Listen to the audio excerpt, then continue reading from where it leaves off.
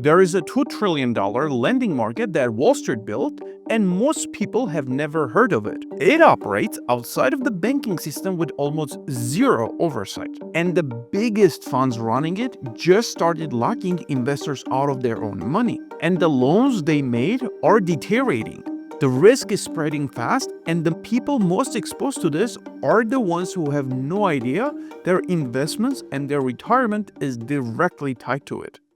This is called private credit, and it exploded right after 2008 financial crisis. And a very similar pattern is unfolding right now, which is why I made this video. I personally spent over a decade pricing risk and also trading the markets. And after doing that for so long, you start to recognize these setups before they start blowing up. I don't trade uncertainties. I trade what's probable and protect against what's possible. I also share my full breakdowns and trade setups in my free weekly newsletter, which I can't cram into these videos. So make sure to sign up. The link is in the description. To understand how this got so big and why it's falling apart, we have to go back to where it started. Before 2008, if a company needed to borrow money, it went to a bank. And that's how it works for decades. Banks took in deposits, lent that money out, and charged interest. Nothing really complicated about this. Then the financial crisis hit. Banks got crushed, and regulators stepped in with a whole new set of rules. More capital requirements and more restrictions. And banks started pulling back from lending to mid-sized companies, the same ones too small to issue bonds on Wall Street, but too big for regular small business loans. That opened a massive gap.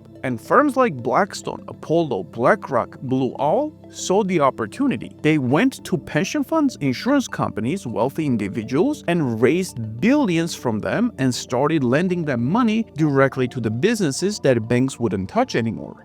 And that's essentially how private credit was born. Instead of a bank making the loan, now you have the investment funds doing it. And for years, it worked. Rates were near zero, borrowers could keep up with payment, and investors were pulling in 8 to 12% returns while savings accounts were paying basically nothing. Money kept flowing in. The market doubled, then tripled. In the US alone, it's now sitting close to $2 trillion.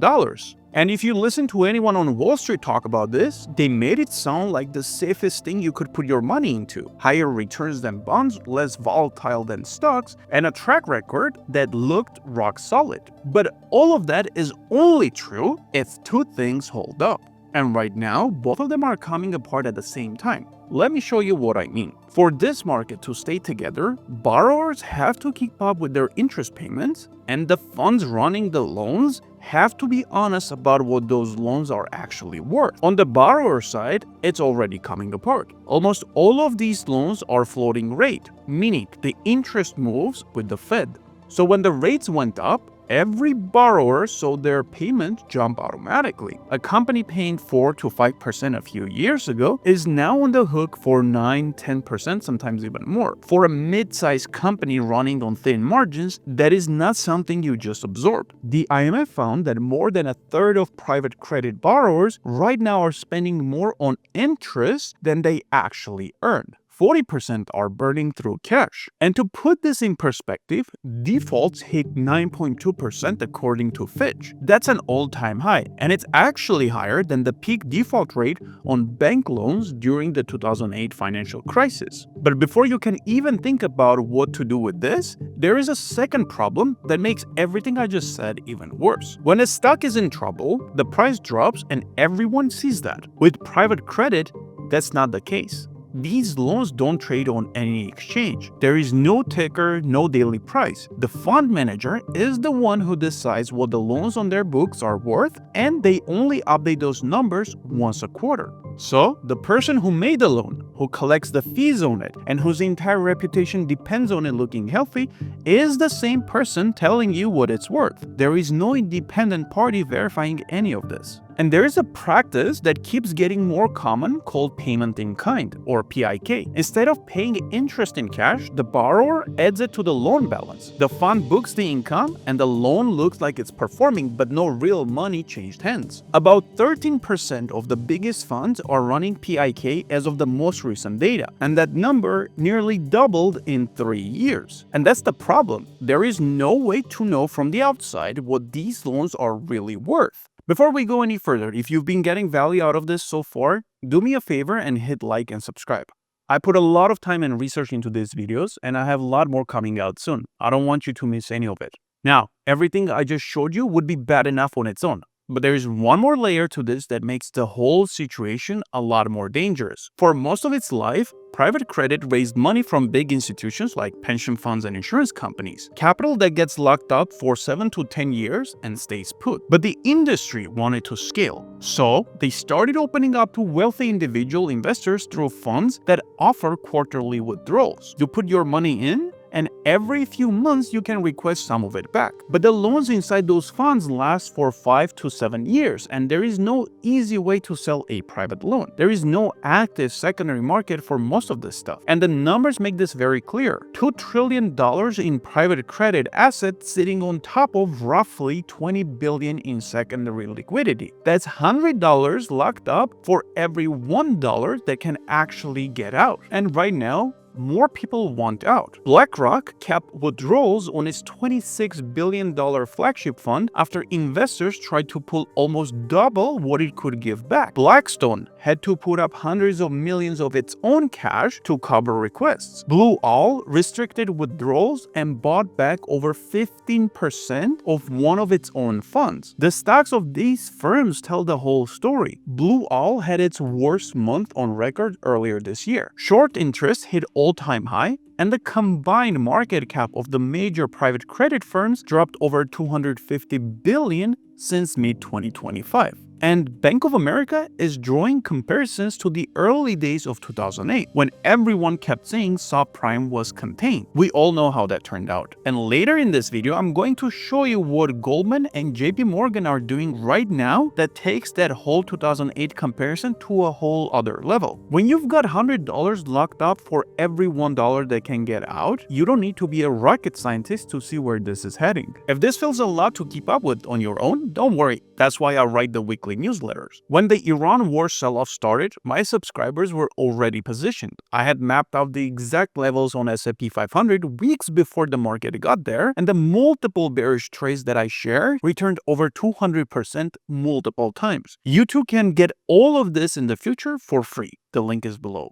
Look, some people hear all of this and say that rates will come down eventually and all of this will go away. And they might be right about the direction, but the timeline doesn't line up. Most of these private credit loans were made when rates were near zero with 5 to 7 year maturities. That means a huge wave of them are coming due right now and they have to be refinanced at roughly double the cost. The companies that can handle higher payments will roll over and keep going, but a lot of them can't. And for those, it's layoffs, restructuring, or default. Those are the only options. Nearly 30% of companies with debt coming due soon are leveraged above 10 times their earnings. There is no room for error at those levels. So the question isn't whether rates eventually come down. It's whether these borrowers can hold on long enough for that even to matter. And what happens if they can't? And here's why this isn't just a Wall Street problem. It comes back to all of us. JPMorgan was forced to mark down its loan portfolios to private credit groups and announced it's cutting back on lending to these firms. That's one of the biggest banks in the world stepping away from this. Banks have extended somewhere between 95 and 300 billion in credit lines to these funds. That number tripled in the last couple of years. So do you think they're going to tighten lending only for private credit? No. This hits the average American too. Tighter mortgages, tighter car loans, tighter small business credit lines, and the list goes on. So now the obvious question is, what do you actually do with all of this information? Now, as of recording this video, we also have the Iran war dragging down pretty much everything, including some of the names I'm about to mention. But the war is temporary. What I'm about to walk you through is the structural private credit risk that doesn't go away when this war ends. So with that in mind, I see 3 ways this plays out from here. The first scenario is the slow version. Rates stay where they are, defaults keep ticking up month after month, and the damage just grinds on for the next year or two. A constant drip of companies missing payments and funds quietly taking losses. If that's how it goes, I want to be in boring, profitable companies that pay dividends while you wait. Names like Coca-Cola, PepsiCo, Walmart, Ross Stores, Verizon, AT&T, and NextEra Energy on the utility side. These companies make money regardless of what's happening in the credit markets. If you prefer broader sector exposure, XLP for healthcare and XLP for consumer staples. Though these ETFs have been down around 10% since the war started. The individual names are outperformers within those sectors. On gold and silver, they've been pulling back as the dollar strengthens and liquidity gets sucked out of the market due to the war. I'm not fighting that move right now, but I'm looking to add my positions through Q3 and Q4 of this year. Because once credit tightening really starts biting, I expect metals to outperform. And just to be clear, any company that's being kept alive by cheap borrowing is one you want to stay away from. Now, what if it doesn't work out the slow way? That brings us to the second scenario, which is the more aggressive version. This is where too many investors try to get their money back at the same time and the funds just can't keep up. So they start selling loans at fire sale prices just to raise cash. Credit will dry up very fast and banks will pull back, lending will freeze, and the stock market will also take a hit to the downside. The companies that get hurt first are going to be the overpriced growth stocks, the one with big valuations and no real profits to back them up. If I start seeing that unfold, I would look at buying puts on HYG. And for anyone who doesn't know, HYG is an ETF that tracks the high-yield corporate bonds. So when credit stress goes up, HYG goes down. I would also be watching names like ARCC, BXSL, and OBDC. Those are called BDCs, or Business Development Companies. They are basically the publicly traded versions of private credit funds. So if private credit keeps deteriorating, those stocks have a lot more downside ahead of them. And the third scenario is the Fed intervention. If things get bad enough fast enough, the Fed could come in and inject liquidity into the system to stop the bleeding before it spreads. If that happens, private credit will still take losses, but the damage will stay contained in that corner of the market and hopefully doesn't pull everything else down with it. If that's the scenario that plays out,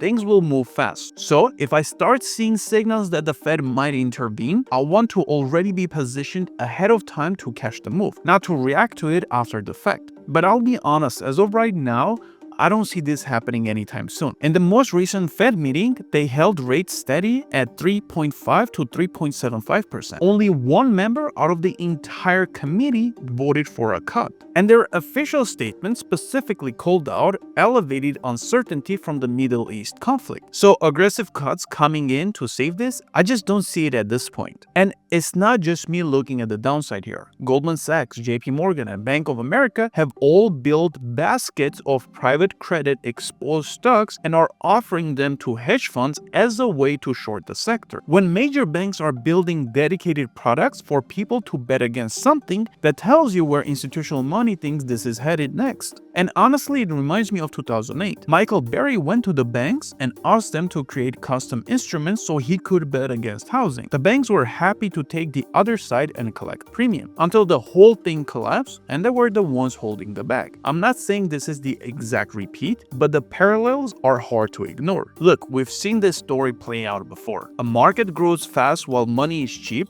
The risk builds in places people weren't watching, and by the time it makes it to the news, the move has already started. As I said earlier, I don't trade uncertainties. I trade what's probable and protect against what's possible. That same thinking is what helped me call out the oil breakout. I spotted the big whale positioning and the technical setup forming a saucer bottom when crude was still in low 60s. I called it out in the newsletter and watched it blow past 110 in less than 2 weeks. Same thing with XLE. I flagged the inverse head and shoulders pattern there as well, and the energy names have been heading higher ever since the Iran war broke out, while the rest of the market sold off to the 200-day moving average. If you want these kinds of macro breakdowns and my positioning around them, the stuff that I just can't fit into these videos, then sign up for the free newsletter. It's completely free and the link is below. Now, private credit is just one piece of what's happening right now. And one thing worth knowing, A huge chunk of these private credit loans are actually concentrated in software and tech companies. Those are the same companies at the center of AI boom. I made a separate video breaking down why the entire AI trade is running into a wall that most people just don't see coming. If you haven't watched it,